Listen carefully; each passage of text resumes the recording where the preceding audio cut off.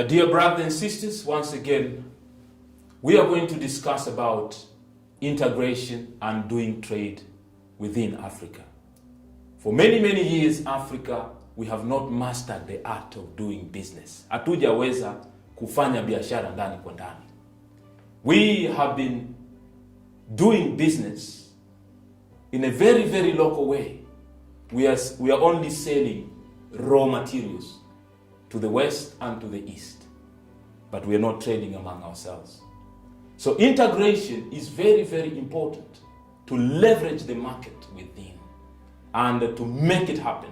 We want also to become the producer continent. By integrating and coming together in unity, we can make it possible.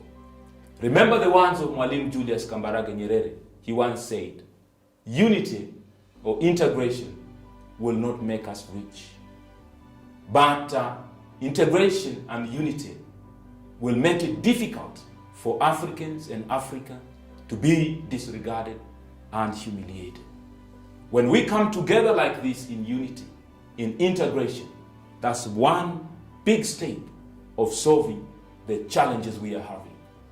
And also remember the words of Professor Ali Madhuri from Kenya, from Mombasa. I love this professor. Huyu professor amefanya kazi kubwa sana. Enda katika mtandao wa YouTube, you will find African, the triple heritage. This is a work which was done by Professor Ali Madhuri. You can follow it through YouTube. He once said, and I quote, Africa produces what does not consume, and it consumes what does not produces. The world think about Africa only as a source of raw material and nothing more than that. The world consider Africa as an important part only if they look at us. They look at us as a market for their finished goods, for their finished products. We are buying more the manufactured goods from outside than from within. So people are taking advantage of 1.4 billion people market. And yet as Africans, we are not maximizing our number. We are not maximizing the inter-countries business within Africa. So the integration will help us to make it. When we go back in 1960s, we were doing very well in 1960s. Even the rate of doing business and development and agriculture and many factors, we were doing very, very fine. The industrialization in 1960s was amazing. And we had the best leaders at that time. Kwame Nkrumah, Julius Nyerere, those of Mandela, Samora Machel, just to mention a few. Efike Punye Pohamba, they were doing just fine. But right now, we used to feed ourselves in 1960s. Right now, we can't. We don't feed ourselves. Our economy was the same with North Korea in 1960s. With South Korea, our economy was the same. With Malaysia in 1960s. We were having the same economy with Singapore in 1960s. Now the countries I have mentioned, they have catapulted themselves. For example, Singapore is in the first world right now. Amazing work was done by Lee Kuan Yew, the Prime Minister of Singapore. He did an amazing work. Within 20 years, he moved Singaporean from the third world country to the first world country. And China was not even big as it is today in 1960s. We were just the same. We were disregarded in the same way. China was not even part of UN, United Nations. Remember Mwalimu Julius Nyerere of Tanzania was the chairman of South Commission. He was fighting for the Chinese. He was fighting for the Brazilians. They were not great. But today, Brazil, China, Singapore, Malaysia, they have catapulted themselves. But we are still stuck. Yes, there are many reasons why we are the way we are. And why are we not maximizing our unity? We are not maximizing ourselves in doing business among ourselves. There are so many reasons, among of them. And what happened in Africa in 1980s is a very sad reality. everything changed in 1980s. As I've said, in 1960s we were doing just fine. Mambo yalibadilika miaka 1980. And that I can say, that was the falling apart of the African continent. And that was caused by the Washington Consensus.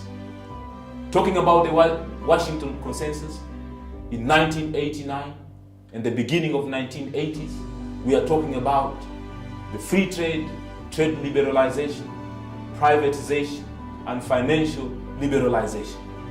And these were implemented by the Bretton Woods systems, the IMF and the World Bank under the Bretton Woods systems.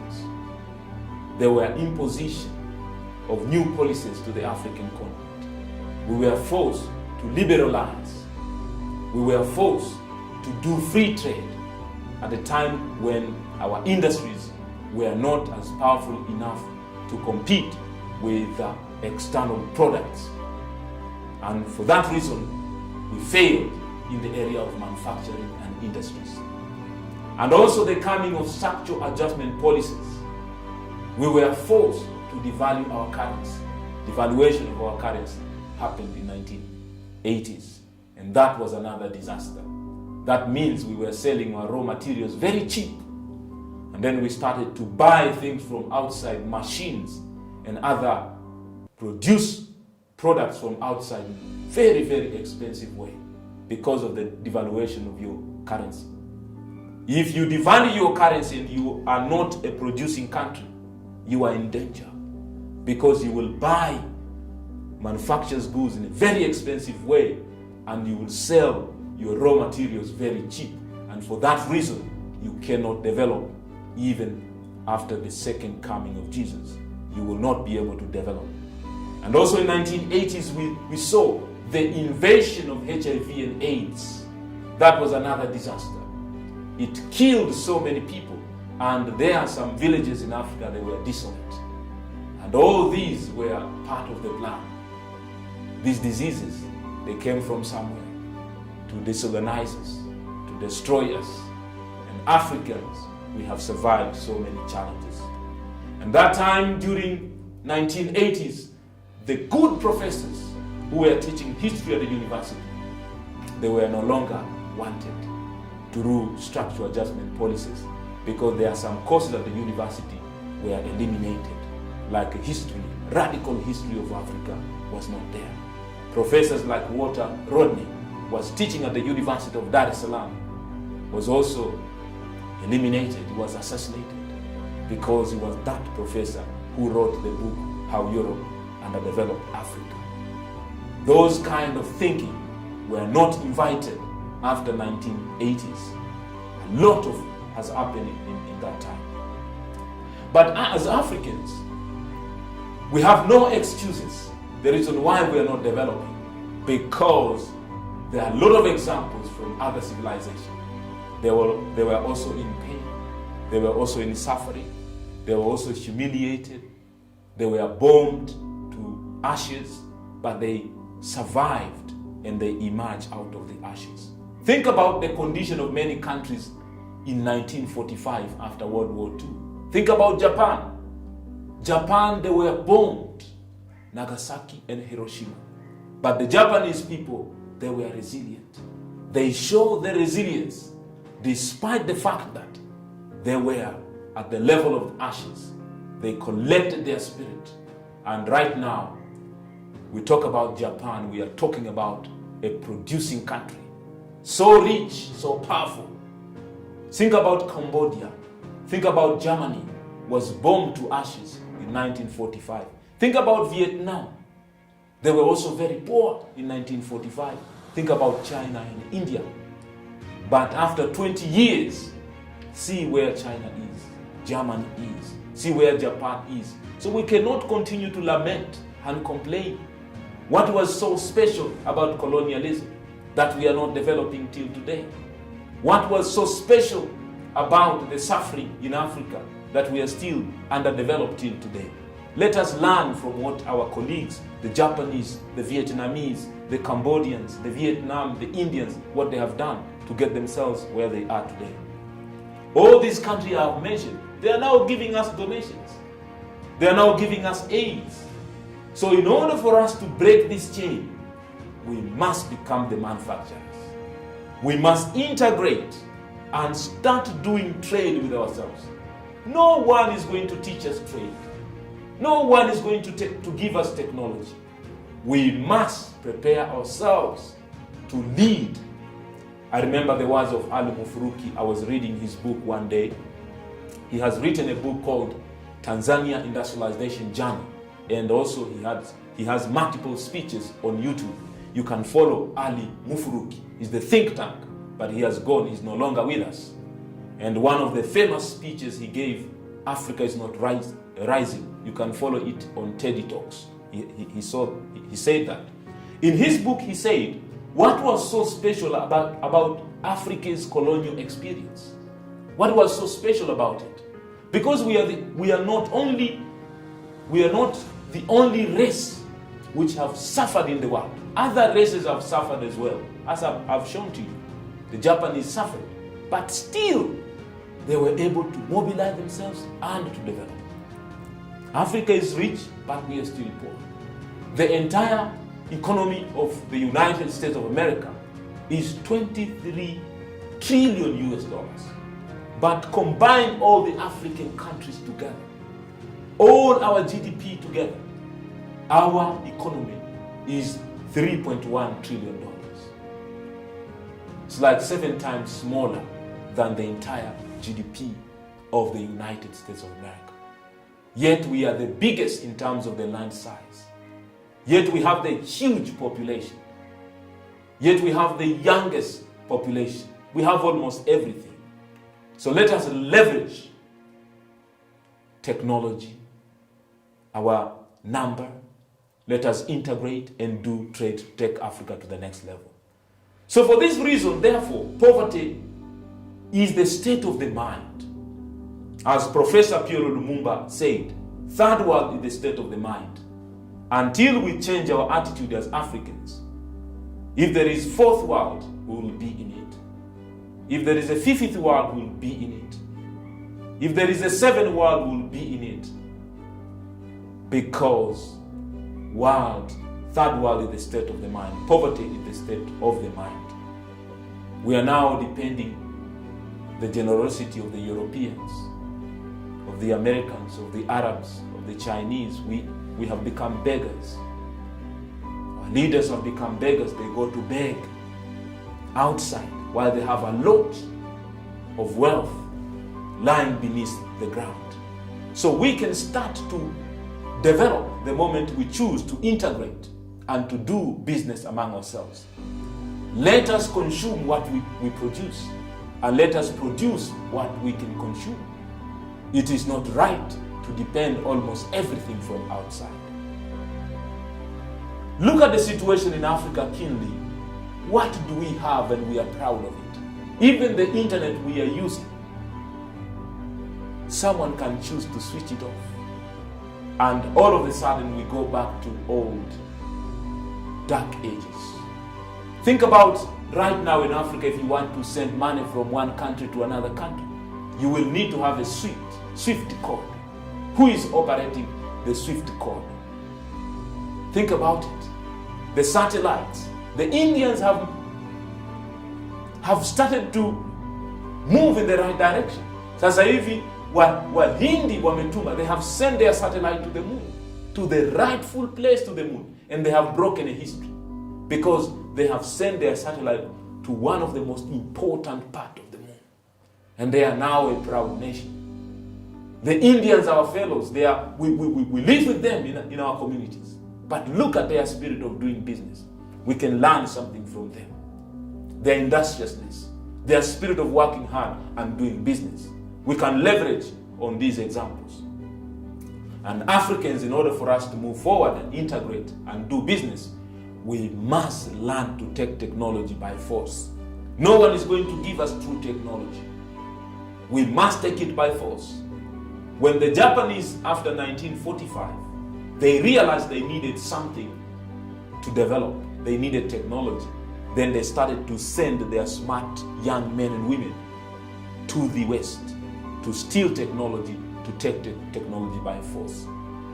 The Chinese also did the same. They sent their best men and women to different parts of the world to take technology by force. What are we waiting as Africans? We must prepare ourselves to go outside and to take technology by force, because we need it in doing business, in transforming our agriculture sector, our mining sector, our health sector. We need it in almost every sector of our economy. The Chinese did it, the Japanese did it, the Singaporean did it, the Indians are doing it, the Arabs are doing it right now. People are not complete without you visiting Dubai.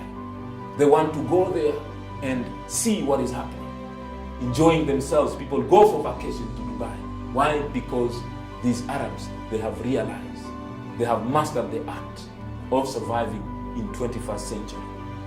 What are we waiting to take ourselves to that direction? The Jews have done it. The Jews, they were in every part of the world. They get themselves exposed. They took technology by force. And when it was the right time for them to go back home in 1948, they built a miraculous nation in the wilderness. What are we waiting for? As we are talking about integration and doing trade in Africa, let us think of following the ways of these great nations. The United States of America, they have what we call the Silicon Valley in California. They are bringing all the intelligent people, business people, people in high tech. They are bringing them together and they give them technology and capital to make use of their ideas. And also the Israelites, they also have the same system in Tel Aviv. They have what we call the Silicon Word. The same concept. They are bringing the young people, their brilliant young men and women into that space. And then out of that space, we have seen a lot of invention. For example, in the United States of America, we talk about Facebook, we talk about Instagram, we talk about all the greatest inventions were invented there. We can also do the same in Africa. We have smart mind. Our people are all over the world. In Nigeria, in South Africa, in Kenya, in Tanzania. Let's bring our finest young men and women together. Mafundi simu, mafundi computer, these technicians, computer repairs, mechanics, welding, all these expertise, let's bring them together and give them technology, give them capital, create an environment. Very soon we'll be having our own cars, our own mobile phones. Very soon we will have our own satellite. Let us learn to do business. Let us look within before looking outside. The solutions lies within. No one is going to come to liberate Africa. No one is going to deliver Africa. Africa will be delivered by Africans and friends of goodwill from other civilizations. The Silicon World, we can also create that. We can call it the Bongo Valley. We bring our minds together to bring about the transformation we want to see. So Africa is the new hope. The world can't survive without Africa.